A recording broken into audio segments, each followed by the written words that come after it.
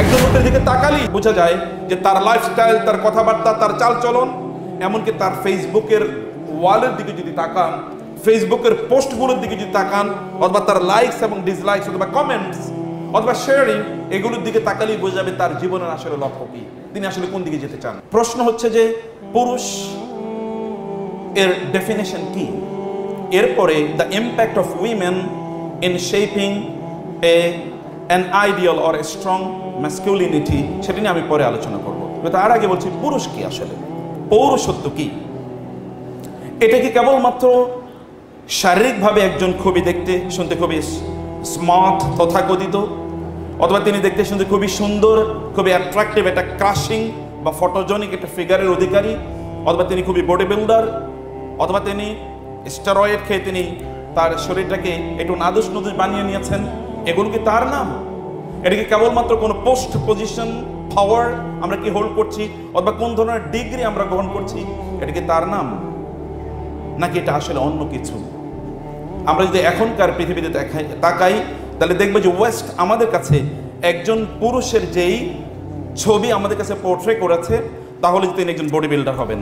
এবং এই কারণে কিন্তু MMA অথবা ধরুন রেসলিং, এই জাতীয় খেলাগুলো আমাদের কাছে খুবই প্রিয়, আমরা ওগুলো করতে ভালোবাসি। অথবা আমরা জিমে আমরা যাই আমাদের বডিটা বিল্ডিং করার জন্য, কারণ আমার কতটা মাসল আছে তা সত্যিকার অর্থে আমার কাছে পৌরুষত্বের অথবা পুরুষের একটা ডেফিনেশন। কিন্তু ব্যাপারটা কি আসলে এটি? ব্যাপারটা কি সত্যিকার অর্থে এটি? আপনি একজন সাহাবীর নাম জানেন, তার হচ্ছেন আব্দুল্লাহ ইবনে মাসউদ রাদিয়াল্লাহু তাআলা আনহু। একবার আব্দুল্লাহ ইবনে মাসউদ রাদিয়াল্লাহু তাআলা আনহু সাহাবায়ে কেরামদের সামনে একটি গাছে তিনি উঠছিলেন কোন একটা কারণে মদিনায়, এবং একটু বাতাস আসলো, দমকা বাতাসে তার পায়ের উপর থেকে কাপড়টি সরে গেল। সরে যাওয়ার পর সাহাবায়ে কেরামরা তার পায়ের গোড়ালি খুবই চিকন, খুবই ন্যারো, সরু, এটি দেখে তারা হেসে উঠলেন। রাসূল সাল্লাল্লাহু আলাইহি ওয়াসাল্লাম বললেন, মিম্মা তাদহাকুন, কি দেখে তোমরা হাসছো? তোমরা কি আব্দুল্লাহ ইবনে মাসউদের পায়ের গোড়ালি খুবই চিকন, তিনি দেখতে খুবই হালকা গড়নের, পাতলা গড়নের, এই কারণে হাসছো? ওয়াল্লাহি, আল্লাহর কসম করে বলছি, যদি কিয়ামতের দিন আমলের দাড়ি পাল্লায় তার এই দুটো পা তুলে দেওয়া হয় এবং গোটা আসমান জমিন যদি অন্য পাল্লায় দেওয়া হয়, তাহলে তার এই দুটো পা অনেক অনেক বেশি ওজনদার বা ভারীদার হয়ে যাবে। What is the definition of man? এটা কি কেবলমাত্র শারীরিকভাবে কে সুন্দর? আপনি প্রতিদিন কয়বার আয়নার দিকে তাকান, কেবল আপনাকে দেখতে কেমন দেখা যায়? ইউরোপ জুড়ে তো মেয়েরা আত্মহত্যা করার অন্যতম প্রধান একটা কারণ হচ্ছে কোনো একটা ছেলে তাকে দেখার পরে কেন টিজ করলো না, টিজ। এমন কখনো ঘটে যে একই লিফটে হয়তো একটি ছেলে এবং একটি মেয়ে তারা উঠেছে, ওঠার পরে 18 তলায় উঠেছে, 18 তলা পর্যন্ত এই ছেলেটি কেন তাকে ফিজিক্যালি অ্যাপ্রোচ করলো না, এই কারণে পরের দিন সকালে গিয়ে সে আত্মহত্যা করে।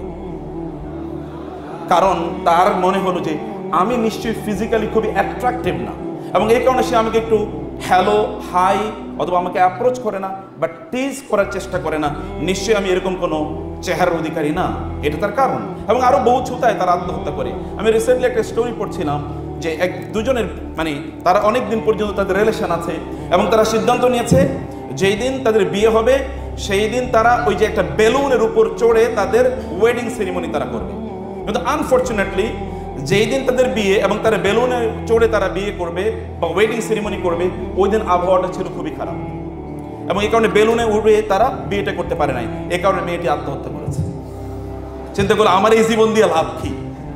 আমি তো এখনো ম্যান অথবা ওমেন আমি হতে পারলাম না, কারণ আমি সেলিব্রেট করতে পারলাম না।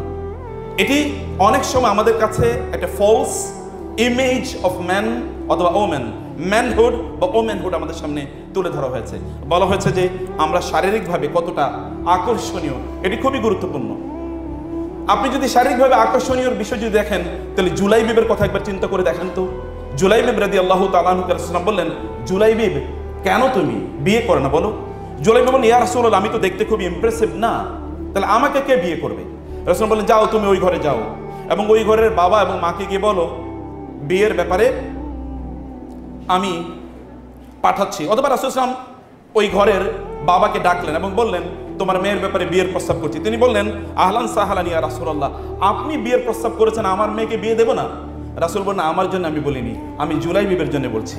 তিনি একটু হতাশ হলেন, ওহ জুলাইবিবের জন্যে, তাহলে আমাকে একটু চিন্তা করতে হবে। এখনকার ফাদাররা যারা আছেন তারা এরকম যে কোনো একটা ছেলে খুবই দিনদার, এরকম একটা ছেলের বিয়ের প্রস্তাব আসলো মেয়ের জন্য। ছেলেটা দিনদার কিন্তু তার ফাইন্যান্সিয়াল অবস্থা খুবই ভালো না, অথবা বড় কোনো পজিশনে চাকরি করেন না, অথবা টাকা পয়সা খুব বেশি নাই, অথবা বড় কোনো ডিগ্রিও ধারণ করেন না, কিন্তু তার দিনদারি খুবই ভালো, চরিত্র খুবই ভালো। এবার এই বাবা বলবেন আমাকে একটু ইস্তেখারা করতে দেন, ইস্তেখারা করতে দেন। কিন্তু এরপরে ওই মেয়ের ব্যাপারে আরেকটা প্রস্তাব এসেছে, এ আবার খুবই টাকা পয়সা আছে, ভালো ডিগ্রি আছে, দেখতে শুনতে খুবই ইমপ্রেসিভ, কিন্তু একটু কেবল ফেন্সিডিল খায়, আর কিছু না। বাবা এবার বলবো ও ফেন্সিডিল তো এটা কোনো বিষয় না, ঠিক আছে, এটা ঠিক পরে ভালো হয়ে যাবে। দিনদারি আমাদের কাছে ম্যানহুডের ডেফিনেশন এখনো আসেই নেই, কেবল শারীরিকভাবে আমরা কেমন এটি আমাদের কাছে এসছে, অথবা এটাই কেবল আমাদের কাছে পোর্ট্রে করার চেষ্টা করা হয়েছে। রাসূল সাল্লাল্লাহু আলাইহি ওয়াসাল্লাম জুলাইবিবের ব্যাপারে প্রস্তাব করলেন। তিনি বলেন আমি তাহলে আমার স্ত্রীর সাথে পরামর্শ করি। সাহাবায়ে কেরাম রাদিয়াল্লাহু তাআলা আনহুম তাদের যুগটা আমাদের জন্য আইডিয়াল, কারণ তারা হিউম্যান বিং ছিলেন। কখনো কখনো আমরা তাদেরকে সুপার হিউম্যান বিং মনে করি, না, এটা সুপার হিউম্যান বিং এর ইস্যু না, তারা আমাদের জন্য আদর্শ। এবং এই কারণে তাদের এক্সাম্পল আপনাদের সামনে আনছি, বলার কোনো কারণ নাই যে সেটা একটা গোল্ডেন এজ, তারা কোথায় আর আমরা কোথায়, ব্যাপারটা এরকম না। They are human beings and you are also human beings. There are problems in their very society and we have also problems in our very society. এবং সেই কারণে তার আলোকে আপনাকে দেখতে হবে। তিনি তার স্ত্রীর কাছে গিয়ে বলেন রাসূল ইসলাম তোমার মেয়ের ব্যাপারে বিয়ের প্রস্তাব দিয়েছেন। বলে খুবই ভালো, আহলান সাহলান, খুবই ভালো কথা তো। বলেন না, তার নিজের ব্যাপারে নয়, বরং জুলাইবিবের ব্যাপারে। তিনি একটু হতাশ পেলেন। আচ্ছা ঠিক আছে, রাসূলকে আর কাউকে খুঁজে পেলেন না, এরকম টাইপের। মেয়ে কিন্তু পাশের রুমে ছিল। তিনি শুনলেন এরকম আলোচনা, দৌড়ে আসেন, বাবা কিসের বিষয়ে আলোচনা করছো? তোমার বিয়ের ব্যাপারে এরকম এরকম জুলাইবিবের প্রস্তাব রাসূল সাল্লাল্লাহু আলাইহি ওয়াসাল্লাম দিয়েছেন। বাবা, মা, তোমরা রাসূলের প্রস্তাবকে ফিরিয়ে দিচ্ছ, কিভাবে সম্ভব? আমি রাজি, আমার পক্ষ থেকে কোনো অবজেকশন নাই। মেয়ে যেহেতু রাজি, বাবা এবং মা অগত্যা বিয়ে দিলেন। আপনি জানেন এরপর জুলাইবিবের যুদ্ধের সময় চলে আসলো। জুলাইবিব যুদ্ধের ময়দানে গেলেন, তিনি শাহাদাত বরণ করলেন। রাসূল বললেন তোমরা কি কাউকে মিস করছো? সাহাবায়ে কেরাম বলেন হ্যাঁ, দৌড়ে এসে বলেন না ইয়া রাসূলুল্লাহ, সবাইকে না, কাউকে মিস করছো? না, সবাইকে তো পেয়েছি ইয়া রাসূলুল্লাহ, অমুকে অমুকে অমুকে অমুকে শহীদ হয়েছেন, তোমরা আর কাউকে মিস করো না? ইয়া রাসূলুল্লাহ, সবাইকে তো পেয়েছি না, আমি তো জুলাইবিবকে মিস করছি, আমি কিন্তু জুলাইবিবকে মিস করছি। সাহাবায়ে কেরাম বলছেন ইয়া রাসূলুল্লাহ, হ্যাঁ, জুলাইবিব এরকম 8-10 জনকে যুদ্ধের ময়দানে হত্যা করেছে শত্রুদের, এবং তিনিও বহু ক্ষত বিক্ষত হয়েছেন, তার লাশটা আমরা খুঁজে পেয়েছি। রাসূল সাল্লাল্লাহু নিয়ে আসলেন এবং তার দুহাতে জুলাইবিবকে নিলেন এবং তিনি নিজে কবরে জুলাইবিবকে তিনি কবরস্থ করলেন এবং তিনি বললেন জুলাইবিব আমার অংশ, আমিও জুলাইবিবকে প্রচন্ড ভালোবাসি। আপনি কি নিশ্চিত করে বলতে পারবেন আল্লাহর রাসূল আপনাকে ভালোবাসে? আপনি এটা কখনো বলতে পারেন। You can claim that you love the messenger of Allah, but you can never claim that the messenger of Allah loves you, because there is no wahi inspiration. ওহি লাগবে আপনার এই কথা বলার জন্য, অথবা রাসূলকে থাকতে হবে, তিনি যেহেতু নাই, and there is no chance of descending wahi, তাহলে আপনি এটা ক্লেম করতে পারেন না। কিন্তু জুলাইবিবের জন্য বক্তব্য আছে, রাসূলুল্লাহ সাল্লাল্লাহু আলাইহি ওয়াসাল্লাম বলেছেন I love him, he is a part of me. রাসূলুল্লাহ সাল্লাল্লাহু আলাইহি ওয়াসাল্লাম মেন, মানুষ, পুরুষ কাকে বলে, পৌরুষত্ব কি, তার সাথে যারা ছিলেন তাদের মাঝে তিনি এটি খুঁজে পেয়েছেন, দেখিয়েছেন। খুবই চমৎকার, খুবই দামি ড্রেস অথবা গ্যাজেটস ডিভাইস যদি আপনার থাকে, তাইলে আপনি ম্যান। এখন তো আপনার কতগুলো ডিভাইস আছে, এটা একটা ডেফিনেশন অফ ইউর ম্যান, যে আপনি পুরুষ, পৌরুষত্ব আপনার আছে। এবং আমি অ্যাগেন বলছি, পুরুষত্ব এটা কোনো বায়োলজিক্যাল ইস্যু নয় যে কেবলমাত্র তথাকথিত মেলরাই কেবলমাত্র পুরুষ, ফিমেলরা পুরুষ না। নো, ফিমেলরাও পুরুষ। ওই যে পৌরুষত্ব বা পুরুষ সত্য বা পৌরুষ যাদের মধ্যে আছে, অথবা এটা কোনো জেন্ডার ইস্যু না, তথাকথিত জেন্ডার বা বায়োলজিক্যাল কোনো ইস্যু না, এটা একটা কোয়ালিটি। আল্লাহ সুবহানাহু ওয়া তাআলা সেভাবেই কোরআন এটাকে ডিফাইন করেছেন। জাহের নামক একজন ব্যক্তি, রাসূলুল্লাহ একজন সাহাবী, তিনি থাকতেন গ্রামে। আপনারা যাদেরকে চাষা পোষা বলেন, গ্রামের লোক বলেন, ক্ষেত বলেন, এরকম টাইপের একজন মানুষ তিনি। রাসূলুল্লাহ সাল্লাল্লাহু আলাইহি ওয়াসাল্লাম তিনি তাকে বলতেন জাহিরু বাদিয়াতুনা ওয়া নাহনু হাদিরুহু, যে জাহের হচ্ছে আমাদের গ্রামের রিপ্রেজেন্টেটিভ, আমরা হচ্ছে জাহেরের শহরের রিপ্রেজেন্টেটিভ। একবার জাহের গ্রাম থেকে যখনই তিনি আসতেন, রাসূলের জন্য কিছু উপঢৌকন নিয়ে আসতেন। রাসূল কিন্তু প্রচুর পরিমাণ হাদিয়া পেতেন এবং তার সংসার বা তার পরিবার চলতো হাদিয়া দিয়ে। মদিনায় এমন কোনো ফল উৎপাদন হতো না যে ফলের প্রথম অংশটা রাসূলের ঘরে আসতো না সাল্লাল্লাহু আলাইহি ওয়াসাল্লাম। এটা token of love of the সাহাবায়ে কেরাম ফর দ্য প্রফেট সাল্লাল্লাহু আলাইহি ওয়াসাল্লাম। জাহের তিনি গ্রাম থেকে আসার সময় কিছু নিয়ে আসছেন রাসূলের জন্য, এবং বাজারে বাকি জিনিসগুলো তিনি বিক্রি করতেন। একবার তিনি বাজারে কিছু বিক্রি করছিলেন, রাসূল পেছন থেকে যাচ্ছেন, এবং তিনি পেছন থেকে গিয়ে জাহেরের চোখ এভাবে ধরে বললেন, এই একটা ক্রীতদাস আছে, কে ক্রীতদাস কিনবে, ক্রীতদাস কিনবে কে? জাহের চিন্তা করলেন, কে আমার হাত ধরে আমার চোখ বন্ধ করেছে, আবার বলছে কে বিক্রি করবে, কে কিনবে, ক্রীতদাস কিনবে কে? Selling a slave who is to purchase, কে আছে এরকম কেনার জন্য? জাহের একবার কেবল পেছনের দিকে একটা যিনি হাত দিয়ে ধরেছেন ওই হাতটা কেবল একটু স্পর্শ করার চেষ্টা করলেন, স্পষ্ট করেই বুঝলেন এই হাতটা কেবল আমার নবীর হাত, কারণ তার হাতটা ছিল তুলার চেয়ে অথবা রেশমের চেয়েও অনেক অনেক কোমল, কারণ হাত দিয়ে কাউকে মারেননি, তো এই হাত দিয়ে কাউকে মারেননি, এই কারণে এটার যে সফটনেস এটা পুরোটাই রয়ে গিয়েছিল, একজন শিশুর সফটনেসের মতোই ছিল। তিনি বললেন, ইয়া রাসূলুল্লাহ, এমন কে আছে আমার মতো দেখতে শুনতে এরকম জামা কাপড় ভালো না এবং কোনো শিক্ষা দীক্ষা কিছুই নাই, এরকম একটা মানুষকে কে কিনবে? তাহলে তো আপনি আমাকে, ইয়া রাসূলুল্লাহ, আপনি আমাকে দেখবেন খুবই সস্তা, কেউ আমাকে কিনবেন, অথবা আমার দাম খুবই কম। রাসূল বললেন, না জাহের, ওয়ালাকিন্নাকা ইনদাল্লাহি গালিন লাস্তা বিকাসিদিন, তুমি কম মূল্যের মানুষ না, আল্লাহ সুবহানাহু ওয়া তাআলা এর কাছে তোমার দাম হচ্ছে আকাশচুম্বী। একজন ব্যক্তির দাম কেবল তার ড্রেস এর উপর নির্ভর করে না। আমরা জানি শেখ সাদির গল্প ছোটবেলা আমরা পড়েছিলাম। শেখ সাদি সাধারণ জামা কাপড় পরে এক জায়গায় যাওয়ার পর লোকেরা তাকে খেতে দেয় নাই, এরপরে যখন খুবই দামি জামা কাপড় পরে গিয়েছেন তখন অনেক পরিমাণ খেতে দিয়েছেন, তখন তিনি নিজে আর খাননি, সব খাবার কোথায় ভরিয়েছেন? পকেটে ভরিয়েছিলেন, কারণ তিনি বলেছেন, তোমরা তো আমার জামাকে খাবার দিচ্ছ, আমাকে তো খাবার দেওয়া নাই। এটা একটা আইডিয়াল সোসাইটি, একটা পারফেক্ট সোসাইটি। পৃথিবীর অন্য কোনো সোসাইটি কখনোই পারফেক্ট ছিল না, কিন্তু তিনি যে সোসাইটি তৈরি করেছেন সেই সোসাইটিটা পরিপূর্ণভাবে পারফেক্ট ছিল। আপনাদের জন্য শিক্ষার উপকরণ আছে। How do you look at men, how do you look at people? আপনার যারা ক্লাসমেট আছে, ফ্রেন্ড আছে, কার সাথে আপনি কেমন আচরণ করেন? আমরা তো কেবল আমাদের হাসিটাও অনেক সময় কনফাইন্ড অ্যান্ড লিমিটেড, এবং এটা ইন্টারেস্ট ওরিয়েন্টেড। আমরা কেবল তাকে দেখে হাসি যার কাছ থেকে কিছু পাওয়ার সুযোগ আছে। ও আমাকে চা খাওয়াবে, চাইনিজে নিয়ে যাবে, রেস্টুরেন্টে নিয়ে যাবে, একটা ট্রিট দেবে, এই কারণে আমি তার সাথে একটু হাসি। বন্ধুত্ব কেবল তার সাথেই তৈরি করতে চাই, সাধারণ কারোর সাথে বন্ধুত্ব তৈরি করতে চাই না। রাসূল ইসলাম কার সাথে তিনি বন্ধুত্ব তৈরি করছেন? তিনি কার সাথে বন্ধুত্ব তৈরি করছেন? অনেক অর্থবৃত্ত থাকলেই কেবলমাত্র কি একজন মানুষ ম্যান হয়? যারা আমাদের ডক্টর শক্তি বলেছেন, যারা এত টাকা পয়সার মালিক ছিল অথবা এত টাকা পয়সা লুটতরাজ করেছে, তারা কোথায়? আপনারা বলেছেন তারা কোথায় আছে?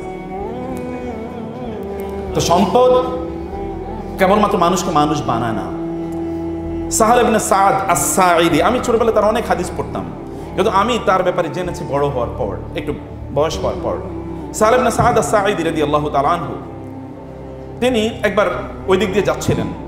সাহাবায়ে কেরাম রাসূলুল্লাহ সাল্লাল্লাহু আলাইহি ওয়াসাল্লাম বললেন, তোমাদের এই ব্যক্তির ব্যাপারে তোমাদের মূল্যায়ন কি? বলেন যে, ইয়া রাসূলুল্লাহ, তার ব্যাপারে আমাদের মূল্যায়ন একেবারে সাধারণ। তিনি যদি কোথাও কথা বলেন তাহলে লোকেরা মনোযোগ দিয়ে কথা শুনবে না, তিনি যদি কোথাও না যান তাহলে লোকেরা তাকে মিস করবে না, কোথাও গেলে তাকে খুব বেশি সমীহ করবে না, কোথাও যদি বিয়ের প্রস্তাব দেন তাইলে লোকেরও খুব সাগ্রহে গ্রহণ করবে না। এরপর ওই দিক দিয়ে আরেকজন লোক যাচ্ছিলেন, প্রচুর পরিমাণ টাকা পয়সার মালিক এবং দেখতে খুবই আপনার ইমপ্রেসিভ চেহারার অধিকারী, জামা কাপড় খুবই সুন্দর, রাসূল বলেন, এবং খুবই সম্ভ্রান্ত বংশ, এরকম কিছু। রাসূল বললেন, সাল ওই ব্যক্তিকে লক্ষ্য করে যে এর ব্যাপারে তোমাদের মত বলে, উনি তো আমাদের সমাজের সেরা মানুষ, উনি কথা বলে লোকেরা মনোযোগ দিয়ে শুনবে, ওনার সাথে একটু সেলফি তোলার জন্য লোকেরা দাঁড়িয়ে থাকবে, ওনার অটোগ্রাফ নেওয়ার জন্য লোকেরা যাবে, ওনার সাথে বন্ধুত্ব তৈরি করতে পারাটা তাদের একটা প্রেস্টিজের ইস্যু তারা মনে করবে, অথবা একটা ডিগনিটি তারা মনে করবে, এবং তার সাথে বিয়ে শাদী ইত্যাদির বিষয়ে যদি প্রশ্ন উঠে তাহলে সবাই আগ্রহী হবে তার কাছে তাদের মেয়ে বোন এদেরকে বিয়ে দেওয়ার জন্য। রাসূল বলেন, আল্লাহি, আল্লাহর কসম করে বলছি, তোমরা আগে যার ব্যাপারে বলেছো সে কোথাও না গেলে কেউ তাকে খোঁজ করবে না, গেলে তার ব্যাপারে কেউ আগ্রহ প্রদর্শন করবে না।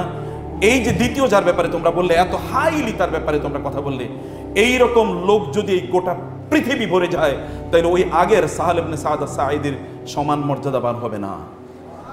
একজন সাহালের মর্যাদা এইরকম মানুষ গোটা পৃথিবী জুড়ে হয়ে যায়, তাইলেও হবে না। কেবলমাত্র মর্যাদা এটা এর উপর নির্ভর করে না আপনি কোন বংশের। আপনি কি, আমাদের দেশে তো চৌধুরী বংশ, শেখ বংশ, এগুলো হলে 7 খুন মাফ, তাই না? ওই বংশ হলে 7 খুন মাফ। রাসূলুল্লাহ সাল্লাল্লাহু আলাইহি ওয়াসাল্লামের যুগে কি এমন ছিল? আল হুজালি নামক একজন সাহাবী, রাসূলুল্লাহ সাল্লাল্লাহু আলাইহি ওয়াসাল্লাম বদরের যুদ্ধ, তিনি সবাইকে রোজ, আমরা তো কিন্তু যুদ্ধের ময়দানে নামাজে সবচেয়ে আমরা কাতারবদ্ধ থাকি, আমাদের এটা ডিসিপ্লিন, আমাদের গোটা ইসলামের এটা মূল বক্তব্য, ভেরি ডিসিপ্লিন লাইফ। রাসূলুল্লাহ সবাইকে কাতার সোজা করে দিচ্ছেন। এর মধ্যে একজন, যার নাম বলছি, তিনি একটু সামনে এগিয়েছিলেন, কাতার থেকে একটু সামনে। রাসূলুল্লাহ একটু তার পেটে একটু খোঁচা দিলেন, একটু পেছনে যাও। খোঁচা দেওয়ার পরেই তিনি বলেন, আপনি তো আমাকে খোঁচা দিতে পারেন না, আমি প্রতিশোধ নিতে চাই, আমি প্রতিশোধ নিতে চাই। এবং আপনি বলেছেন কোনো অন্যায় এভাবে করা যায় না, আপনি করেছেন, আমি এটার প্রতিশোধ নিতে চাই। বলে, আচ্ছা ঠিক আছে, কি প্রতিশোধ নেবা? বলে, আমিও আপনাকে খোঁচা দেব। রাসূলুল্লাহ, আচ্ছা ঠিক আছে, খোঁচা দাও। তিনি বলেন, আপনি যখন আমার খোঁচা দিয়েছিলেন তখন আমার শরীরে জামা ছিল না, কিন্তু আপনার শরীরে তো জামা আছে, অতএব জামা খুলতে হবে খোঁচা দেওয়ার জন্য। তিনি জামাটা খুললেন। খোলার পর তিনি রাসূল সাল্লাল্লাহু আলাইহি ওয়াসাল্লামকে এইভাবে জড়িয়ে ধরলেন এবং তার পেটে এবং তার পিঠে কেবল তার মুখ, তার নাক, তার জিহ্বা এবং তার দাড়িগুলো ঘষতেছেন। রাসূল বলেন, কি করছো? তিনি বলেন, ইয়া রাসূলুল্লাহ, যুদ্ধের ময়দানে যাবো, বেঁচে আসবো কিনা জানি না, আমার শরীরের সর্বশেষ উষ্ণতা যেন আপনার শরীর থেকে একটু গ্রহণ করে, আমি যেন আল্লাহর সামনে যদি দাঁড়াই, আমি যদি মারা যাই, তাহলে আপনার শরীরের উষ্ণতা নিয়ে যেন আমি মারা যেতে পারি। এই কারণে আমি এই সুযোগটা হাতছাড়া করতে চাই না। মর্যাদা এটা বংশের উপর। আপনি হয়তো আল হুজালের নাম খুব বেশি জানেন না, কিন্তু আপনি হয়তো জানেন আবু জাহেলের নাম। দেখতে কেমন, আবু জাহেল কেমন ছিল জানেন? অথবা আবু লাহাবের নাম। আবু লাহাব মানে হচ্ছে এতটা আগুন সুন্দর, বলতে গেলে আবু লাহাব আগুন সুন্দর, দেখতে অন্যরকম। এমনি তো কুরাইশ বংশের, আবারও কি ওইখানকার লিডার ফ্যামিলির লোক, বনু হাশেম, বনু আব্দুল মুত্তালিবের সন্তান, অতএব দেখতে এমনিতেই খুবই ইমপ্রেসিভ, খুবই সুন্দর, লাল সুন্দর, আগুন সুন্দর। আল্লাহ সুবহানাহু ওয়া তাআলা বললেন, তাব্বাত ইয়াদা আবি লাহাবিউ ওয়া তাব্বা মা আগনা আনহু মালুহু ওয়া মা কাসাবা সায়াসলা নারান যাতা লাহাব। আবু লাহাব যাবে যাতা লাহাবে। ও যেরকম আগুন সুন্দর, ওকে ওই রকম আগুনে আমি নিক্ষিপ্ত করে দগ্ধ করব। আপনার আগুন সুন্দর, অথবা আপনার কোন ফ্যামিলিতে আপনি বড় হয়েছেন, সেটি কোন অবস্থায় আপনার ম্যানহুড এটা ডিফাইন করে না। ডিফাইন করে আপনার চরিত্র, আপনার ক্যারেক্টার কি, আপনি আসলে কেমন মানুষ। সেই কারণে আপনি এখন তো আমাদের কাছে ম্যান, যে আপনারা যারা আছেন, ম্যান মানে হচ্ছে ভিডিও গেমসে কতজন মানুষকে হত্যা করা যায়, এটা হচ্ছে ম্যানের ডেফিনেশন, তাই না? আপনি সারা রাত ধরে ভিডিও গেমস খেলেছেন এবং হাজার হাজার সন্ত্রাসীকে আপনি হত্যা করেছেন, কিন্তু সকালবেলা যখন দেখলেন টয়লেটে একটা তেলা পোকা, এরপর আর টয়লেটে যান না। এখন মারে ডাকেন, মা টয়লেটে তেলা পোকা, একটু মায়েরা দেও না। এর আগে কিন্তু আপনি হাজার হাজার সন্ত্রাসীকে হত্যা করেছেন। এটা তো ম্যানহুড না, এটা তো ফেক ম্যানহুড। আপনি সিনেমা দেখেছেন, সিনেমা দেখতে দেখতে আপনি একেবারে কাত হয়ে আছেন, সিনেমা দেখেই ঘুমান, সিনেমা দেখেই ঘুম থেকে উঠেন। আপনি সত্যিকার তো পুরুষ সন্তান, পর্নোগ্রাফি আপনি কিভাবে দেখেন? পুরুষরা তো বিয়ে করবে, তো পর্নোগ্রাফি দেখবে না। বিয়ে বাদ দিয়ে আপনি পর্নোগ্রাফি করবেন। আর আপনি তথাকথিত, আমাদের ডক্টর শক্তি বললেন যে ক্যারিয়ারের পিছনে আপনি ঘুরেন। এখন আমাদের স্টুডেন্টরা 32 না 35 বছরে তারা চাকরিতে ঢুকবে, এই কথা শোনার পর থেকে আমার মাথা কেবল নিচের দিকে যাইতেছে। ম্যান হতেই পারে না। 18-20 বছর বয়সে আপনি চাকরিতে ঢুকবেন অথবা কাজে ঢুকবেন। চাকরি কেন করতে হবে? চাকর কেন হতে হবে? আপনি কোনো নিজস্ব এন্টারপ্রাইজ নিতে পারেন না? আপনার কোনো উদ্যোগ নাই? সে উদ্যোগ আপনি গ্রহণ করেন, অন্যদেরকে আপনি চাকরি দেন, কিন্তু আপনি আরেকজনের পেছনে ঘুরতেই থাকবেন, তার তল্পিক বাহক আপনি হবেন এবং এই কারণে বয়স 35 পর্যন্ত পৌঁছাবেন। বিয়ে করবেন কবে? 35-এর পরে।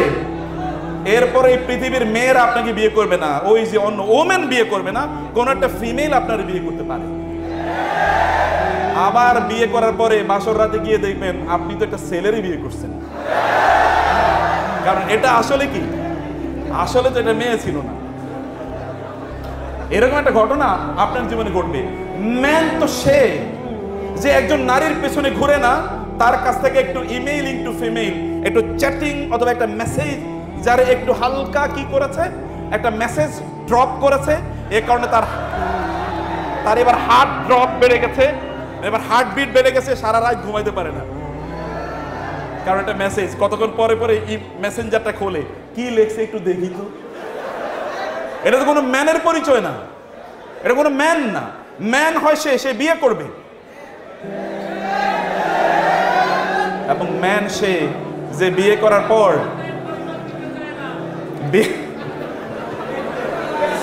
হ্যাঁ, এই জন্য তো ম্যান হওয়ার জন্যে ম্যান যে আপনি, এই প্রমাণ আপনাকে দেখাতে হবে, তারপরেই তো মেয়েরা আপনার কাছে বা বাবার আপনাদের কাছে মেয়ে বিয়ে দেবে। আপনাকে তো you have to prove that you are man. আপনাকে প্রমাণ দেখাতে হবে যে আপনি একজন পুরুষ মানুষ, এই পৌরসত্ব আপনাকে শো করতে হবে। এটা কেবল এগেইন বলেছি, কেবল বায়োলজিক্যাল কোনো ইস্যু না।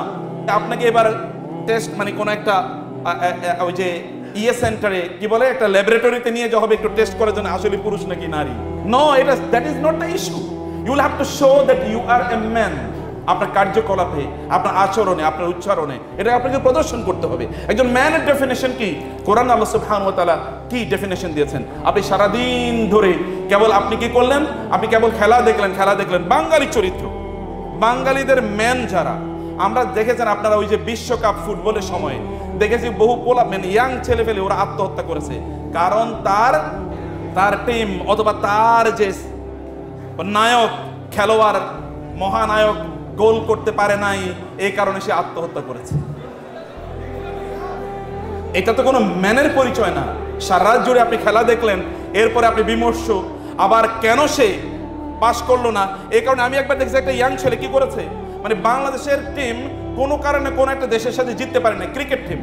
এরপরে দেখেছি ও নিজের গলায় জুতার মালা পরিয়ে তারপরে বলছে এই গ্রুপের বা এই টিমের আর আমি জীবনও সমর্থন করব না, আমি আমার শরীরে জুতার মালা পরে এবার কি করলাম, তওবা করলাম। এটা তো ম্যান। এখন আপনি যদি এরকম ম্যান হন তাইলে তো আর কোনো কথা নাই। এরকম ম্যান গোটা পৃথিবী জুড়ে যদি তৈরি হয়ে যায়, তাইলেও এই উম্মার কোনোদিন মুক্তি হবে না। এই উম্মার মুক্তি হবে যদি একজন মোহাম্মদ বিন কাসেম অথবা একজন সালাউদ্দিন আইয়ুবী অথবা একজন ওমর ইবনুল খাত্তাব ইসলাম গ্রহণ করার পরেই রাসূল ইসলামকে গিয়ে বলেন, আপনি কি সত্য নবী নন? ইসলাম কি সত্য ধর্ম নয়? কোরআন কি সত্য জীবন ব্যবস্থা নয়? ইসলাম কি সত্য ধর্ম নয়? যদি তাই হয়ে থাকে তাহলে গোপনে কেন ইসলাম প্রচার করব? কি করতে চাও ওমর? আমি প্রকাশ্যে ইসলাম প্রচার করতে চাই। যাও, খিয়ারুকুম ফিল জাহিলিয়াতি খিয়ারুকুম ফিল ইসলাম ইযা ফাকিহু। জাহিলি যুগে যারা ম্যান, ইসলামে এসে তারা ম্যান হতে পারে যদি কেবলমাত্র ইসলামের আন্ডারস্ট্যান্ডিংটা তাদের থাকে, যদি ইসলামের চরিত্র তাদের মধ্যে থাকে। ম্যান হওয়ার জন্য আপনাকে আল্লাহ এবং আল্লাহ রাসূল কি ডিফাইন করেছেন সেটা আপনাকে বোঝা লাগবে, সেটা আপনাকে বুঝতে হবে। এগুলো করেই আপনি আপনার বন্ধুদের সামনে একটু সিগারেটে যদি একটা টান না পারতে পারেন, তাইলে কি আর ম্যান হইলেন কিভাবে? পুরুষ হওয়ার জন্য আপনি যে পুরুষ হয়েছেন বা বালেগ হয়েছেন, বালেগ, এটা দেখানোর জন্য সিগারেটের একটা টান দিয়েছেন। সিগারেটের টান দেওয়ার জন্য পুরুষ হওয়া লাগে না, এটা বরং পৌরসত্বের অবনতি অথবা পৌরসত্বকে ধ্বংস করে দেওয়ার মাধ্যম। পুরুষরা সিগারেটের টান দেয় না, কারণ তাদের অনেক কাজ আছে, তাদের প্রচুর পরিমাণ কাজ আছে। গোটা জীবনকে, গোটা পৃথিবীকে উল্টে পাল্টে দিতে পারে একজন যুবক যদি তিনি সত্যিকার অর্থে সেই সিদ্ধান্ত নেন। কারণ এই বয়সে আপনার অনেক কাজ আছে, আপনার অনেক দায়িত্ব আছে, এই দায়িত্বটা আপনাকে গ্রহণ করতে হবে। এখন এইরকম ম্যান তৈরি হবে কিভাবে? আল্লাহ সুবহানাহু ওয়া তাআলা বলেছেন, রিজালুন লা তুলহিহিম তিজারাতুন ওয়ালা বাইউন আন যিকরিল্লাহ ওয়া ইকামিস সালাহ ওয়া ইতাইজ যাকাত ইয়াখাফুনা ইয়াওমান তাতাকাল্লাবু ফীহিল কুলুব ওয়াল আবসার লিয়াজজিয়াহুমুল্লাহু আহসানা মা আমিলু। একদল ম্যান আছে, আল্লাহ সুবহানাহু ওয়া তাআলা বলেছেন, কোনো কিছুই ওই ম্যানদেরকে আল্লাহ সুবহানাহু ওয়া তাআলা থেকে ডিসওরিয়েন্ট করতে পারে না। সব সময় তারা ওরিয়েন্টেড থাকে টুয়ার্ডস আল্লাহ সুবহানাহু ওয়া তাআলা and towards the deen given by Allah subhanahu wa ta'ala, towards the ordainments given by Allah subhanahu wa ta'ala। আল্লাহ কি বলেছেন এটা তাদের মাথায় সদা সর্বদা থাকে। আল্লাহ সুবহানাহু ওয়া তাআলাকে তারা তাদের প্রায়োরিটি লিস্টের মধ্যে রাখে। আল্লাহ সুবহানাহু ওয়া তাআলার কাছ থেকে তারা জিজ্ঞেস করে হোয়াট টু ডু, আমার করণীয় কি। আল্লাহর কাছ থেকে তারা সেটা সিদ্ধান্ত নেয়। একজন ম্যানের পরিচয় হচ্ছে যখন মসজিদ থেকে হাইয়া আলাস সালাহ বলে আজান দেওয়া হয় অথবা যখন এই ধ্বনি আসে, তখন তার মধ্যে এরকম এমন ব্যাকুলতা তৈরি হয় যে মসজিদের পানে ছুটে যাওয়া তার একমাত্র লক্ষ্য হয়। এটা তার জন্য অক্সিজেনের মতো, মসজিদে যাওয়াটা তার জন্য অক্সিজেনের মতো। মসজিদে না গেলে তার অক্সিজেন নালি যেমনভাবে দম বন্ধ হয়ে যায়, এমনিভাবে মসজিদে না গেলে তার দম বন্ধ হয়ে যায়। আপনি একজন পুরুষের নাম হচ্ছে মুহাম্মদুর রাসূলুল্লাহ সাল্লাল্লাহু আলাইহি ওয়াসাল্লাম। আমাদের পুরুষরা তো এর আগেই বলেছি একটা বিয়ে করতেই ভয় পায়। আল্লাহর নবী সাল্লাল্লাহু আলাইহি ওয়াসাল্লাম তিনি একই সাথে কতজন স্ত্রীকে রেখেছেন চিন্তা করে দেখেন। এবং তিনি kept everyone very much satisfied, সবাই তার প্রতি সন্তুষ্ট ছিল। আয়েশা রাদিয়াল্লাহু তাআলা বলছেন রাসূলুল্লাহ সাল্লাল্লাহু আলাইহি ওয়াসাল্লাম আমাদের সাথে গল্প করতেন এবং গল্প করতেন। যখনই আজান হয়ে যেত তখন তিনি এমনভাবে ছুটে যেতেন যেন তিনি আমাদের কাউকে চেনেনই না। আল্লাহর উপর কাউকে প্রায়োরিটি দেওয়া যায় না। এটা হচ্ছে ম্যানের চরিত্র। এটা হচ্ছে ম্যানের চরিত্র। ম্যানের চরিত্র কেবল সম্পদের টাকা পয়সার পেছনে ঘোরা নয়। ইয়াংরা, আপনাদের জীবনের পারপাস কি? আমাদের আলোচকরা সবাই বলে গেছে, what is the purpose of your life? আপনি আসলে করতে চান কি? What is your aim? What is your dream? আপনার স্বপ্ন কি? আপনি কি করতে চান? আপনার লক্ষ্য এবং উদ্দেশ্য কি? আপনি কি এখনো তা নির্ধারণ করতে পেরেছেন? সেটা যদি আপনি নির্ধারণ না করতে পারেন তাহলে এখনই প্রয়োজনে চোখ বন্ধ করেন। আমি আপনাদেরকে একটু সময় দিই, 20 সেকেন্ড চোখ বন্ধ করেন তো, এবং আপনার জীবন নিয়ে চিন্তা করেন করতে চান কি জীবনে। Just close your eyes for 20 second. সত্যিকার অর্থে আমাদের জীবনে 20 সেকেন্ড এক্সক্লুসিভলি মি টাইম, নিজকে নিয়ে চিন্তা করা, নিজের ভবিষ্যৎ গন্তব্য কি তা নিয়ে চিন্তা করার ফুরসত আমাদেরকে আধুনিক বিশ্ব দেয় না। এত ডিস্ট্রাকশন, প্রতি মুহূর্তে আপনি বিভিন্ন নোটিফিকেশনের মধ্যে থাকেন, এই নোটিফিকেশন, ওই নোটিফিকেশন, এইটা থেকে ওইটা, ওইটা থেকে ওইটা। সোশ্যাল মিডিয়ার ফেসবুকে যেমনিভাবে আমরা স্ক্রল ডাউন করি, আমাদের চিন্তা চেতনা ঠিক এই রকম গতিতে চলতে থাকে, কোনো একটা জায়গায় স্থির হচ্ছে না। এবং সেই কারণে 20 সেকেন্ডটা এটাকে আপনি বাড়ান। দেখবেন আমাদের সালাফরা তারা কিন্তু মুরাকাবার কথা বলেছেন, মানে একটু নির্ধারিত সময় জুড়ে একটু বসুন, ধ্যান করুন, চিন্তা করুন, ভাবুন। আমি যোগা বা যোগ ব্যায়ামের কথা বলছি না, কিন্তু একটু ভাবা দরকার নিজকে নিয়ে যে আমি কোন দিকে যাচ্ছি। ইটস ভেরি ভেরি ইম্পর্টেন্ট, এটা খুবই এসেনশিয়াল। আমি যে কথাটি বলছিলাম প্রথম অংশটি আমি আপনাদের কাছে উপস্থাপন করার চেষ্টা করেছি যে ম্যানহুড আসলে কি, পৌরুষত্ব আসলে কি, এবং নারী এবং পুরুষদের জন্য সবার জন্য একই বক্তব্য। আল্লাহ সুবহানাহু ওয়া তাআলা বলেছেন মিনাল মুমিনিনা রিজালুন সাদাকু মা আহাদুল্লাহ আলাইহি। পুরুষ মানুষদের মধ্যে একদল পুরুষ আছে যারা ম্যান এবং ওমেন, এরা সবাই মিলে যাদের মধ্যে পৌরুষত্ব আছে, তারা আল্লাহর সাথে যে চুক্তি করেছে এই চুক্তিটা তারা পরিপূর্ণভাবে পালন করে। আল্লাহর সাথে আপনার চুক্তি কিন্তু আছে। আপনি যখন জান্নাতে আল্লাহ তাআলা আপনাকে সৃষ্টি করেছেন, আপনার বাবাকে সৃষ্টি করেছেন, মানে আদম আলাইহিস সালামকে এবং হাওয়াকে সৃষ্টি করেছেন, তখন তিনি বলেছেন আলাস্তু বিরব্বিকুম, আমি কি তোমাদের রব নই? ক্বালু বালা, আমরা বলেছি হ্যাঁ আপনি আমাদের রব। ওইখান থেকে এই পৃথিবীতে আসার পর আমরা যেন এটা না ভুলে যাই যে তিনি আমাদের রব, তিনি যেন আমাদের গোটা জীবন পরিব্যাপ্ত করে থাকেন। এটি একদল লোকের লক্ষ্য এবং উদ্দেশ্য। একদল লোকের দিকে তাকালেই বোঝা যায় যে তার লাইফস্টাইল, তার কথাবার্তা, তার চালচলন, এমনকি তার ফেসবুকের ওয়ালের দিকে যদি তাকান, ফেসবুকের পোস্টগুলোর দিকে যদি তাকান, অথবা তার লাইকস এবং ডিসলাইকস অথবা কমেন্টস অথবা শেয়ারিং, এগুলোর দিকে তাকালেই বোঝা যাবে তার জীবনের আসলে লক্ষ্য কি, তিনি আসলে কোন দিকে যেতে চান। আপনার যদি গত 15 দিন বা 1 মাসে আপনি ফেসবুকে কি কি লিখেছেন, এটা যদি আপনি কেবল মূল্যায়ন করেন তাহলে বুঝতে পারবেন আপনার গন্তব্য কোথায়, আপনি কোন দিকে যাচ্ছেন, অথবা আপনি কোথায় লাইক করেছেন বা কোথায় ডিসলাইক করেছেন। আপনার কম্পিউটারে গত 1 মাসে আপনি কি করেছেন, অথবা ইউটিউবে গত 1 মাসে আপনি কি করেছেন বা 15 দিনে কি করেছেন, that is actually your character, that is actually your identity, that is actually your characteristics. এটাই মূলত আপনার চরিত্র অথবা আপনার বৈশিষ্ট্য। একজন মানুষ তার কথাবার্তা, এমনকি তার ঘরে যদি ঢোকা হয় তাইলেই বোঝা যাবে যে তিনি আসলে কোন ওরিয়েন্টেড তার জীবন যাপন করছেন। আমাদের ওরিয়েন্টেশনটা চেঞ্জ করা দরকার বা পরিবর্তন করা দরকার। ম্যান হিসাবে আপনার মধ্যে এই কোয়ালিটিগুলো অবশ্যই অবশ্যই তৈরি করতে হবে যে আপনার জীবনের লক্ষ্য কি এবং আপনি কিভাবে আপনার সময়গুলো কাটাচ্ছেন। একজন ম্যান হিসাবে প্রতিটি সেকেন্ড ম্যাটার করে আপনার জন্য, প্রত্যেকটি মুহূর্ত আপনার জন্য ম্যাটার করে। যুবকদের জন্য 3টা বড় প্রবলেম আছে, 3টা বড় প্রবলেম, 3টা বড় অবসর। এর মধ্যে একটা হচ্ছে আপনার সময়ের অবসর। এই সময়ের অবসরগুলো যুবকদেরকে ধ্বংস করে দিচ্ছে। সেটা রাতের অন্ধকারে, রাতের বেলা, অথবা যেদিন আপনার স্কুল, কলেজ, ইউনিভার্সিটি যেদিন আপনার বন্ধ থাকে, অথবা আপনার পরীক্ষার পরের সময়গুলো। এই সময়গুলো আপনি কোথায় কাটাচ্ছেন এটি খুবই গুরুত্বপূর্ণ। এই সময়গুলো যদি আপনি ডায়নামিক্যালি ব্যবহার করতে পারতেন, সেটা 1 মাস, 15 দিন অথবা 1 সপ্তাহ, তাহলে আপনি দেখতেন আপনার জীবনটা কিভাবে পরিবর্তন হয়ে যেত। এটা একজন ম্যান এর বৈশিষ্ট্য। এবং 2 নম্বর হচ্ছে তার ব্রেনটাকে তিনি আইডল রাখছেন কিনা, অথবা আনপ্রোডাক্টিভ জিনিস দিয়ে ব্রেনটাকে পূর্ণ করে রাখছেন কিনা। আপনার ব্রেনে কি কি চিন্তা আছে একবার চিন্তা করে দেখুন তো, ভাবুন তো আপনি কি নিয়ে ভাবেন, একটু নোট ডাউন করুন, চট করে একটু লিখে নেন যে আপনি কি ভাবছেন। এটাই আপনার আইডেন্টিটি, এটাই আপনার পরিচয়। আপনি করছেন কি, আপনি কি ভাবছেন, কি চিন্তা করছেন, এটি একটি গুরুত্বপূর্ণ বিষয়। আপনি পড়ছেন কি বলেন তো? আপনারা বিজনেস পড়েন, ম্যাথ, অথবা আপনারা সায়েন্স পড়েন, টেকনোলজি পড়েন, অথবা আপনারা ইংলিশ পড়েন, ল পড়েন, তাতে কোনো আপত্তি নাই। আমি বলছি এর বাইরে আপনি পড়ছেন কি, আপনার পড়াশোনার লিস্টে আসলে আছে কি, কোন কোন জিনিসগুলো আপনার তালিকায় আছে, প্রায়োরিটি লিস্টে আছে, বা আপনার বুক শেলফে কোন কোন বইগুলো আছে, সেটাও কিন্তু আপনার গন্তব্য নির্ধারণ করে দেয়, সেটাও আপনার পরবর্তী জীবন পথ রচনা করে দেয়। যুবকদের জন্য এটি খুবই ভয়াবহ কিছু ফেনোমেনা, যে ফেনোমেনাতে তারা তাদের নিজেদেরকে ধ্বংসের দিকে নিয়ে যাচ্ছে। আপনি যদি ম্যান হতে চান তাহলে আপনার করণীয় কি তা আপনাকে আগে নির্ধারণ করতে হবে। আপনাকে আখিরাত কেন্দ্রিক জীবন যাপন করতে হবে। আল্লাহ সুবহানাহু ওয়া তাআলাকে ভুললে চলবে না। আল্লাহর ইবাদতে আপনি যতটুকু সময় ব্যয় করবেন, কোরআনে যতটুকু সময় ব্যয় করবেন, ততটুকু আল্লাহ সুবহানাহু ওয়া তাআলা আপনার জীবনে বারাকা প্রদান করবেন। ব্যক্তিগতভাবে আমি যেই দিন কোরআন বেশি পড়ি সেই দিন বেশি প্রোডাক্টিভ থাকি। যেই দিন সালাত বেশি পড়ি, নামাজের মধ্যে একটু বেশি সময় দেই, ওই দিন আমার প্রোডাক্টিভিটি অনেক অনেক বেড়ে যায় ব্যক্তিগতভাবে। যেদিন আমি রাসূলের উপর বেশি দুরূদ পড়ি, ওই দিন প্রোডাক্টিভিটি অনেক অনেক বেড়ে যায়।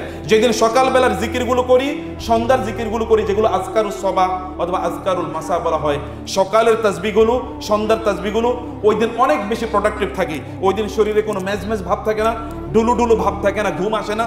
ওই দিন খুবই ভালোভাবে সময়গুলো কাটে এবং প্রত্যেকটা কাজ on time and perfectly, humanly perfectly এই কাজগুলো করা সম্ভব হয়। এগুলো আপনি করেন, এটা একজন ম্যান এর পরিচয়। ম্যান কেবলমাত্র ওয়েস্টার্নদের মতো জীবনযাপন করা, অথবা উইমেনাইজড অথবা ফেমিনাইজড ম্যান। এখন তো একজন পুরুষ সে যত মেয়েলি টাইপের হতে পারে ততই সে পুরুষ, তাই না? একটু মেয়ের মতো করে ইনিয়ে বিনিয়ে কথা বলে, একটু চুলগুলো একটু মেয়ের মতো করে লম্বা রাখবে, আবার ঠোঁটে একটু লিপস্টিক লাগাবে, অথবা হাতে কি লাগাবে, হাতে সে ব্রেসলেট ব্যবহার করবে। ছোটবেলায় শুনতাম বলতো, এই তুই কি ছেলে নাকি, তুই যদি ছেলে না হোস তাহলে শাড়ি চুড়ি পরে তারপরে ঘরে থাক। তো চুড়ি পরা তো নারীদের কাজ, এটা তো পুরুষদের কাজ না। আপনি পুরুষ হয়ে কিভাবে হাতে ব্রেসলেট পরে, এটা তো পুরুষের কাজ না। একজন পুরুষের তার প্যান্ট অথবা তার পায়জামা কোনোদিনই, বা তার ট্রাউজার কোনোদিনই তার টাকনুর নিচে যায় না। এটা পুরুষের বৈশিষ্ট্য। নারীর বৈশিষ্ট্য হলো এটা পায়ের নিচে যাবে, টাকনুর নিচে যাবে, কিন্তু পুরুষের বৈশিষ্ট্য টাকনুর নিচে যায় না। এবং আমি আপনাদেরকে কনফার্ম করছি মেডিকেল সায়েন্সের কথা, যেই সকল পুরুষরা টাকনুর নিচে তাদের কাপড় চলে যায়, তাদের পৌরুষত্ব, বায়োলজিক্যাল পৌরুষত্ব এমনি কমে যায়। এবং কয়েকদিন পরে দেখা যাবে যে বউ পালিয়ে যাইতেছে। এই যে কন্ট্রোল ইউরসেলফ, আল্লাহ এবং আল্লাহ রাসূল যখন বিধান দেন, তখন এই বিধানের স্পিরিচুয়াল এন্ড বায়োলজিক্যাল ইম্প্যাক্ট আছে। এটা করবেন না, এটা করবেন না। এটা আপনার ব্যক্তিত্বের পরিচায়ক, এটা আপনি কেমন ব্যক্তি এটা তার পরিচায়ক। এখন প্রশ্ন হলো যে সেকেন্ড ইস্যুটি আমি কেবল অল্প কয়েকটা পয়েন্ট একটু বলে তারপরে অন্য প্রশ্ন উত্তর আপনাদের আছে নিশ্চয়ই, সেখানে যাব। একজন পুরুষ তৈরির ক্ষেত্রে নারীদের ভূমিকা কি, অথবা আইডিয়াল পুরুষ তৈরি করার জন্য নারীদের ভূমিকা কি? নারীদের ভূমিকা কি তার একটা উদাহরণ দিই। একটা এয়ারপোর্টে আপনি বসে আছেন, এই এয়ারপোর্ট অথবা একটা আপনি ইয়েতে বসে আছেন স্টেডিয়ামে, ওইখানে 1 লক্ষ পুরুষ আছে, কিন্তু একজন নারী সামনে দিয়ে যাচ্ছে। ওই নারী আপনার দৃষ্টিতে খুবই সুন্দরী না হোক, কিন্তু একজন নারী যাচ্ছে, 1 লক্ষ পুরুষের মধ্যে 1 লক্ষ পুরুষ ওই নারীর দিকে তাকাবে। আর যদি কোনো একটা জায়গায় 1 লক্ষ নারী বসে থাকে আর ওই জায়গা দিয়ে একজন পুরুষ যায়, সর্বোচ্চ অথবা কয়েকশো নারী অথবা কয়েক হাজার নারী ওই পুরুষের দিকে তাকাবে। সবাই ওইদিকে তাকাবেই না, সবাই ওইদিকে তাকাবেই না, কারণ এইভাবে তাকে তৈরি করা হয় নাই। একজন নারীর প্রতি একজন পুরুষের আসক্তি অনেক অনেক বেশি। অতএব নারীরা সদা সর্বদা পুরুষদেরকে ইম্প্যাক্ট করে। নারীর 4টা পরিচয় আছে। নারী মা হিসাবে, অথবা তিনি স্ত্রী হিসাবে, অথবা তিনি বোন হিসাবে, অথবা তিনি কি কন্যা হিসাবে। আপনি কোরআনের দিকে তাকালে দেখবেন পৃথিবীর শ্রেষ্ঠতম সকল পুরুষরা, they are the making of their mothers. পৃথিবীর সকল শ্রেষ্ঠ পুরুষরা তাদের মায়েদের অর্জন, তাদের মায়েরা তাদেরকে এইভাবে নির্মাণ করেছে। আপনি যদি মুসা আলাইহিস সালামের দিকে তাকান, ফেরাউন স্বপ্নে দেখলো আকাশ থেকে একটি উল্কাপিণ্ড এসে তার রাজত্ব সিংহাসনকে পুড়িয়ে দিচ্ছে। ফেরাউন নির্দেশ দিল সকল ছেলে সন্তানকে হত্যা করা হবে। ইন্টারেস্টিংলি কেবল একজনকে বাঁচিয়ে রেখেছিল, তিনি কে? মুসা আলাইহিস সালাম। এবং তার হাতে তার সিংহাসন অথবা তার রাজত্ব পুরো ধ্বংস হয়ে যায়, তার এম্পায়ার পুরো ধ্বংস হয়ে যায়, সাম্রাজ্য। যখন মুসা আলাইহিস সালাম জন্ম নিলেন, মুসা আলাইহিস সালাম মাকে আল্লাহ তাআলা বললেন, ওয়ালাকাদ আওহাইনা ইলা উম্মি মুসা আন আরদিহি, আমি মুসার মায়ের কাছে এই সংবাদ পাঠালাম, তোমার সন্তানকে তুমি জন্ম দেওয়ার পর একটা বক্সের মধ্যে তাকে ঢুকিয়ে তারপরে সমুদ্রে তাকে ভাসিয়ে দাও। খেয়াল করে দেখুন, মাত্র সন্তান ভূমিষ্ঠ হয়েছে, বক্সের মধ্যে তাকে ঢুকানো হবে, সমুদ্রে ছেড়ে দেওয়া হবে। এই বাচ্চা দুধ খাবে কোত্থেকে? তাকে যদি ওখানে ফিডার দেওয়া হয় তাহলে ফিডার দিয়ে সে দুধ খেতে পারবে না, কারণ সদ্য ভূমিষ্ঠ বাচ্চা সন্তান। আবার সমুদ্রে, এখানে তো অনেক উত্তাল তরঙ্গ থাকতে পারে, ঢেউ আসতে পারে, ঢেউর মধ্যে ডুবে যেতে পারে, অথবা সেখানে হাঙ্গর বা কুমির ইত্যাদি থাকবে, এই হাঙ্গর বা কুমির এই সন্তানকে খেয়ে ফেলতে পারে, অথবা কোন দিকে চলে যাবে তার তো কোনো ঠিক নাই। কিন্তু আল্লাহ তাআলা বলেছেন তোমার সন্তানকে বক্সের মধ্যে রেখে তারপরে সমুদ্রে তাকে ছুড়ে দাও। আল্লাহর নির্দেশ মানতে এই নারী এক ফোঁটাও দেরি করেন নাই। এই যে আল্লাহ সুবহানাহু ওয়া তাআলা এর নির্দেশ মানতে তিনি যে এক ফোঁটাও দেরি করেন নাই, এর মাধ্যমে তিনি এমন এক পুরুষ তৈরি করলেন মুসা আলাইহিস সালাতু ওয়াস সালাম নামে, যিনি এই বনি ইসরাইল নামে আমরা যেই পরবর্তী একটা বিশাল সভ্যতা বা সংস্কৃতি দেখতে পাই, অথবা এই ফেরাউনি সাম্রাজ্যকে ধ্বংস করে দিয়ে একটা ডিভাইন অর্ডাইন একটা সাম্রাজ্য তৈরি করেছেন, এটা কেবলমাত্র ওই রকম একটি সন্তান, সদ্যভূমিষ্ঠ সন্তান, যাকে তার মা এভাবে তৈরি করেছে। মুসা আলাইহিস সালাতু ওয়াস সালামের পর আপনি ঈসা আলাইহিস সালামের কথা চিন্তা করে দেখেন তো, ভার্জিন মাদার, তার একটি সন্তান হয়েছে। এই সন্তানকে তিনি কোলে করে তিনি নিয়ে আসলেন তার সম্প্রদায়ের কাছে।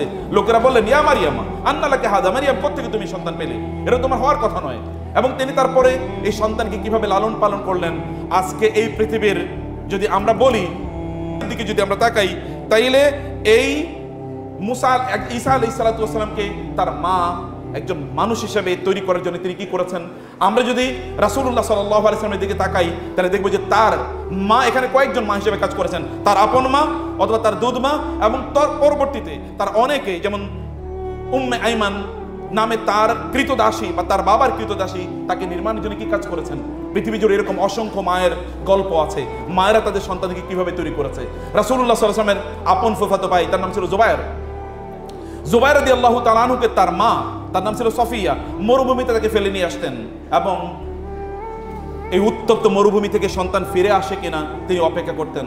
লোকেরা বলতেন, তুমি তোমার সন্তানের প্রতি এরকম নির্দয় হচ্ছে কেন? তিনি বললেন যে আমি নির্দয় হচ্ছি না, আমার সন্তান যদি মরুভূমি থেকে ফিরে না আসতে পারে তাহলে এই সন্তানকে দিয়ে আমি ইসলামের কোনো কাজে লাগাতে পারবো না। এই কারণে মরুভূমির ওই উত্তপ্ত পরিবেশ থেকে সে যদি ফিরে আসতে পারে তাইলে কেবলমাত্র তাকে দিনের কাজে লাগাতে পারবো, আমি তাকে শক্তিশালী হিসেবে তৈরি করতে চাই।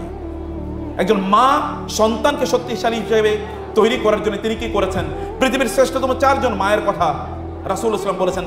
4 জন নারী, শ্রেষ্ঠতম 4 জন নারী, এর মধ্যে একজন হচ্ছে আসিয়া আলাইহাস সালাম, ফেরাউনের স্ত্রী, আরেকজন হচ্ছে ঈসা আলাইহিস সালাতু ওয়াস সালামের মা মারিয়াম, আরেকজন, আর 2 জন আছে তার ঘরে, একজন হচ্ছে খাদিজা, আরেকজন হচ্ছে ফাতেমা। এই 4 জনই শ্রেষ্ঠ হয়েছেন কেবলমাত্র সন্তানদেরকে পুরুষ বানানোর কারণে। খাদিজা রাদিয়াল্লাহু তাআলা আনহা, তার সন্তানরা 4 কন্যা সন্তান এবং 2 জন ছেলে, তাদের অবস্থা দেখেন। এরপরে ফাতেমা রাদিয়াল্লাহু তাআলা আনহা, তার মেয়ে, তিনিও পৃথিবীর শ্রেষ্ঠ নারীদের একজন, জান্নাতের সর্দারনী। তার সন্তানদের মধ্যে 2 জন, হাসান এবং হোসাইন, এরা কিন্তু সাইয়্যিদা শাবাবি আহলিল জান্নাহ, জান্নাতের পুরুষদের যুবকদের তারা সর্দার। মায়েরা তাদের সন্তানদেরকে কিভাবে নির্মাণ করেছেন সেই নির্মাণের কথা এখানে আমরা দেখছি। এমনকি স্ত্রী হিসাবে তাদের স্বামীদেরকে তারা সত্যিকার অর্থে পুরুষ কিভাবে বানায় তার গল্প আপনারা জানেন। উম্মে হাকিম, ইকরামা ইবনে আবি জাহলের তার স্ত্রী, যখন রাসূলুল্লাহ সাল্লাল্লাহু আলাইহি ওয়াসাল্লাম মক্কা তিনি বিজয় করলেন, সেই সময় তিনি অনেকের ব্যাপারে হুলিয়া জারি করে রেখে যেখানে পাওয়া যাক না কেন সেখানে তাদেরকে ধরা হবে এবং তাদেরকে এক্সিকিউশন করা হবে। কিন্তু উম্মে হাকিম, তার স্বামী ইকরামা, তিনিও ছিলেন ওই দলে, কারণ ইকরামা তার বাবা আবু জাহল, ইকরামা এমন কোনো যুদ্ধ নাই যে যুদ্ধে তার বাবার মতো করে ইসলামের জন্য ড্যামেজিং কন্ট্রিবিউশন অথবা তার এখানে পার্ট ছিল না। রাসূল তার কথা বললেন, তিনি পালিয়ে চলে গেলেন ইয়েমেনের দিকে। তার স্ত্রী রাসূলকে এসে বললেন, ইয়া রাসূলুল্লাহ, আমার স্বামী পালিয়ে চলে গেছে, আমি তাকে ফিরিয়ে নিয়ে আসতে চাই, আপনি তাকে ক্ষমা করে দেন। রাসূল বললেন, যাও, তাকে ক্ষমা করে দেওয়া হলো। তিনি ইয়েমেনের কাছে গেলেন দৌড়ে, এবং তার স্বামীকে তিনি সেখান থেকে মরুভূমি অতিক্রম করে স্বামীকে সেখান থেকে রাসূলের কাছে নিয়ে আসলেন। এই যে ইকরামা ইবনে আবি জাহল পরবর্তীতে তিনি ইসলামের জন্য এত কন্ট্রিবিউশন রেখেছেন। এরপরে কাদিসিয়া অথবা ইয়ারমুকের যে বিশাল যুদ্ধ, ওমর রাদিয়াল্লাহু তাআলা আনহু যুগে, এই যুদ্ধে তিনি নেতৃত্ব দানকারী ভূমিকা পালন করেছেন। এবং দুটো সাম্রাজ্য তছনছ করে দিয়ে এই দুটো সাম্রাজ্যে ইসলামের যে প্রতিষ্ঠা এই ইকরাম ইবনে আবি জাহলদের হাতে হয়েছে। একজন স্ত্রী কিভাবে সেই ভূমিকা পালন করেছেন, একজন বোন কিভাবে, আপনার ইবনে হাজার আসকালানির কথা কে না জানে।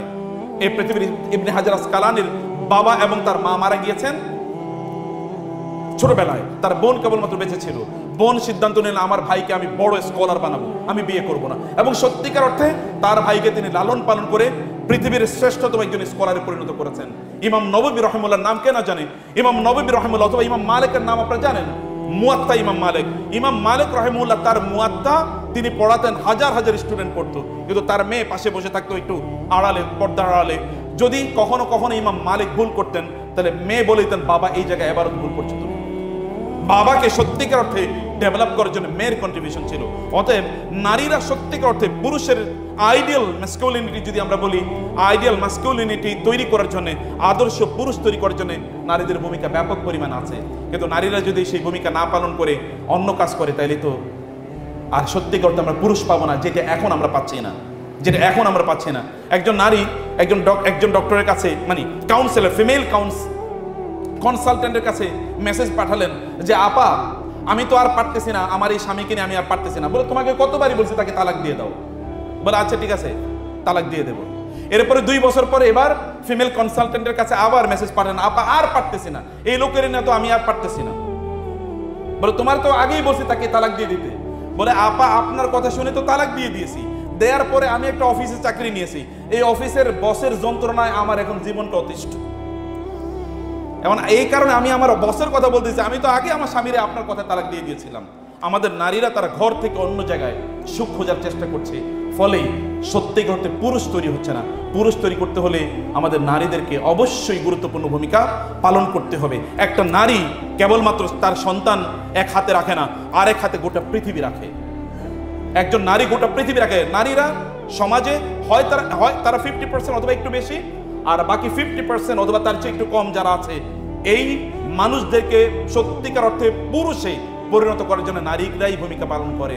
তারা যদি ভূমিকা না পালন করে তাহলে ইউরোপ জুড়ে আমরা যেমন মানুষের সংকট দেখছি, এরকম সত্যিকার অর্থে মানুষের সংকট আমরা দেখতে পাবো। আল্লাহ সুবহানাহু ওয়া তাআলা সত্যিকার অর্থে আমাদেরকে পুরুষ হওয়ার তৌফিক দান করুন, এবং আমাদের মায়েরা বা বোনেরা এবং আমাদের কন্যারা অথবা আমাদের স্ত্রীরা তারাও যেন আমরা সত্যিকার অর্থে মানুষ হতে পারি, সেইভাবে যেন তারা অবদান রাখতে পারে। আল্লাহ তাআলা তাদেরকে সেই তৌফিক দান করুন।